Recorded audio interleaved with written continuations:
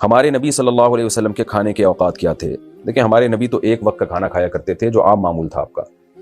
باقی اس زمانے میں جو رواج تھا، جو فطرت کے موافق ہے اور قرآن اور سنت میں اس کا تذکرہ ہے، وہ 2 ٹائم کا کھانا ہوا کرتا تھا.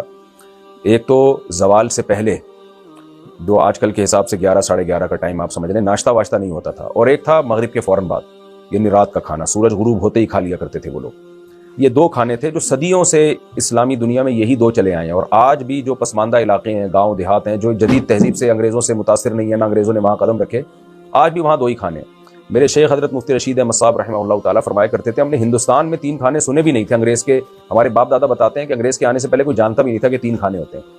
حتیٰ کہ قدیم عربی میں ناشتے کا لفظ بھی نہیں ہے. بعض لوگوں نے میرے اس بیان پہ بڑا اعتراض کیا کہ مفتی صاحب کو تو عربی کا ہی نہیں پتا، عربی میں تو ناشتے کو فطور کہتے ہیں. بھائی وہ جدید عربی ہے، میں قدیم عربی کی بات کر رہا ہوں.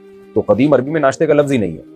تو یہ انگریزوں کے قدم جب سے ہندوستان میں جمے ہیں اور وہ ان کا جو سسٹم ہماری سوسائٹی میں پھیلا ہے، تو پھر ناشتہ بھی آیا، ڈبل روٹیاں بھی آئیں، فارمی مرغیاں بھی آئیں، فارمی انڈے بھی آئے، برگر بھی آئے، پیزے بھی آئے. حتیٰ کہ کیفین جسے پی کے لوگوں نے جو ہے نا ڈپریشن کے مریض بن گئے ہیں، نہ ملے تو پاگل ہو جاتے ہیں.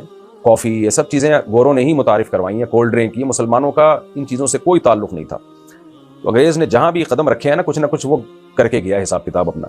اور آج پھر کافی کے فضائل پر آپ چینلوں پہ دیکھیں، کافی جگر کو متحرک کرتی ہے، کافی ہارٹ بیٹ کے لیے، ہارٹ اٹیک سے بچاتی ہے، پتہ نہیں کیا کیا فضول چیزیں کافی کے بارے میں ڈال دی ہیں. کچھ نہ کچھ فائدے تو چرس میں بھی ہوتے ہیں. تو کافی میں بہت زیادہ کیفین ہوتی ہے، وہ آپ کو اس کے ایڈکٹ ہو جاتے ہیں آپ. اس سے جو بدن میں چستی آتی ہے یا بلڈ کا سرکولیشن بڑھتا ہے، وہ وقتی ہے، وہ نیچرل نہیں ہے.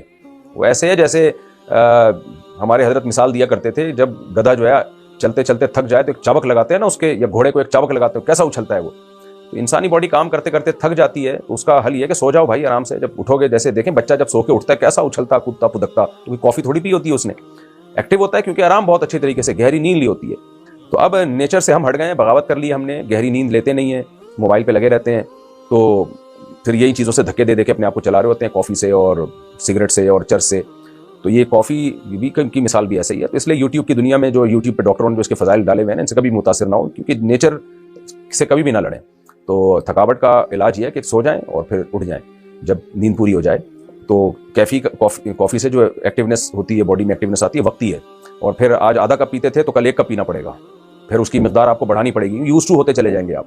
اس لیے جو بہت زیادہ ماہر ہوتے ہیں نا ڈاکٹرز، جو دماغ کے امراض کے بہت زیادہ ماہر ہیں، میں ان ڈاکٹروں کی بات کر رہا ہوں، وہ چائے کو بھی پروموٹ نہیں کرتے، وہ کافی کو بھی پروموٹ نہیں کرتے.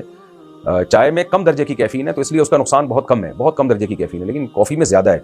اور پھر تمباکو سگریٹ میں نیکوٹین ہے جو اس سے بھی اوپر کی چیز ہے. خیر یہ کہیں اور نکل گیا میں.